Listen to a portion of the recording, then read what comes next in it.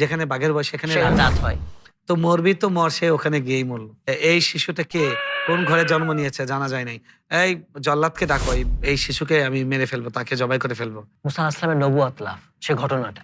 মুসা আলাইহিস সালাম এখানে লালিত পালিত হচ্ছেন। তারপরে ফেরাউনের মনে কিন্তু যে চোরের মন পুলিশ পুলিশ, তার ভেতরে তো আতঙ্ক যে শান্তি।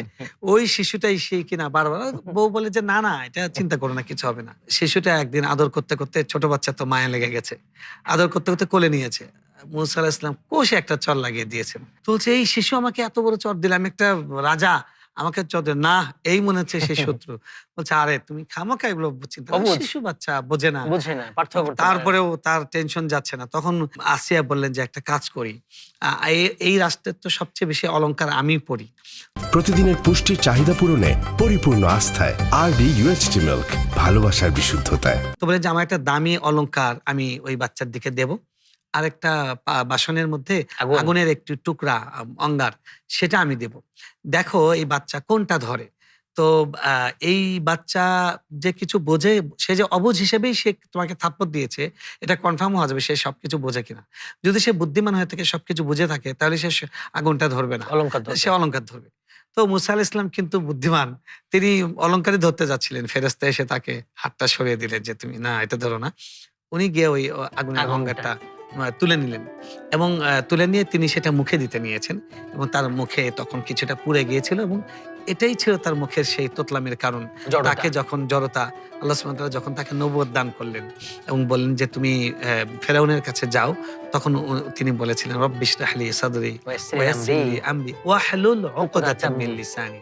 আল্লাহ আপনি আমার মুখের জড়তা কেটে দিন, আমার মুখের আড়ষ্টতা কেটে দিন, ইয়াফকাহু কওলি। যেন আমার কথা তারা ভালো করে বুঝতে বুঝতে পারে। পারে। এই যে আড়ষ্টতা, এটা ছিল ওই যে তিনি শিশুর ঘটনার পরীক্ষা কারণে। দিয়েছিলেন, তিনি যে অবুঝ শিশু, এটার পরীক্ষা দিতে গিয়ে তার ঠোঁটটা, তার জিহ্বাটা পুড়েছিল। মোটামুটি যখন বড় হয়ে গেছেন, যৌবনে পদার্পণ করছেন, তো ফেরাউন সে সবাই জানে ফেরাউনের সন্তান, তাকে বলে মুসা বিন ফেরাউন। আচ্ছা, মুসা নামটা কিন্তু খুব ইন্টারেস্টিং। মুসা এটা কিপ্তি একটা ভাষা, তাদের কিপ্তি ভাষাতে মুস মানে হলো পানি, পানি। আর সা মানে হলো সাজার গাছ।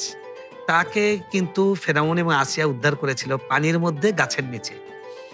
মানে রাজ দরবারের গাছগুলো পানির মধ্যে এরকম ঝুঁকেছিল আর এখানে ভেসে ভেসে এসছেন। সমুদ্রের তো এই পানি। জন্য তারা তাকে নাম দিয়েছে মুসা, পানি এবং গাছের মধ্যে থেকে পাওয়া শিশু। জি, জি, সুবহানাল্লাহ। সুবহানাল্লাহ। তো মুসা আলাইহিস সালাম এখানে বড় হয়ে গেছেন।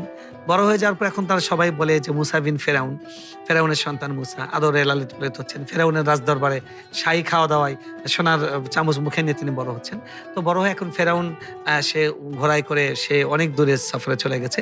উনিও ঘোড়ায় চড়া শিখেছেন, যে মানে সেও তার পিতার মতো, বাপের মতো একটা ব্যবসা। তো তিনি গিয়েছেন, বাইরে গিয়েছেন, বাইরে গিয়ে দেখেন যে দুই ব্যক্তি ঝগড়া লেগেছে, মারামারি।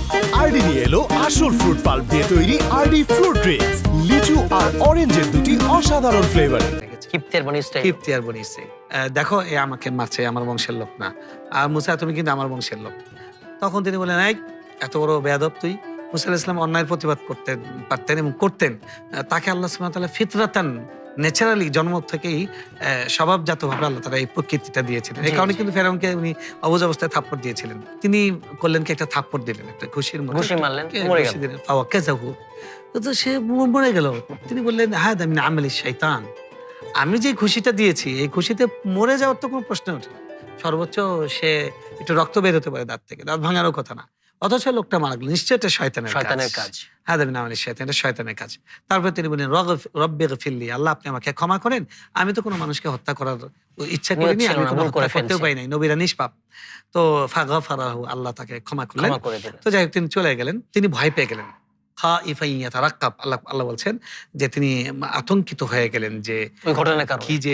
কি যে হচ্ছে আল্লাহ, এটা জানলে ফেরাউন কি বলবে যে আমি একজনকে মেরেই ফেলেছি। এইবার তো ফেরাউন বলবে এই তো সেই লোক, ছোটবেলায় হত্যা দিয়েছে করে একবার ফেলবে, থাপ্পড়, হ্যাঁ। এত বড় হয়ে আমাকে মেরেই ফেলবে। মোটামুটি আতঙ্কে একটু পালিয়ে বেড়াচ্ছেন, একটু ছুটে ছুটে থাকছেন, আড়ালে থাকছেন। পরের দিন আবার এরকম ঘটনা, দুজন ঝগড়া লেগেছে। তো মুসা আলাইহিস সালাম দেখতে পেলেন যে যেই ব্যক্তি গতকালকে হেল্প চেয়েছে ওই লোক। সেই লোকই। তারপর তিনি বললেন যে আজকে আমাকে দেখো একটু বাঁচাও। পরে বলছে তুমি তো একটা ফিতনাবাজ লোক, তুমি গতকালকে একজন মেরে দিলে, আজকে আবার তোমার সাথে শুধু ঝগড়া হয়।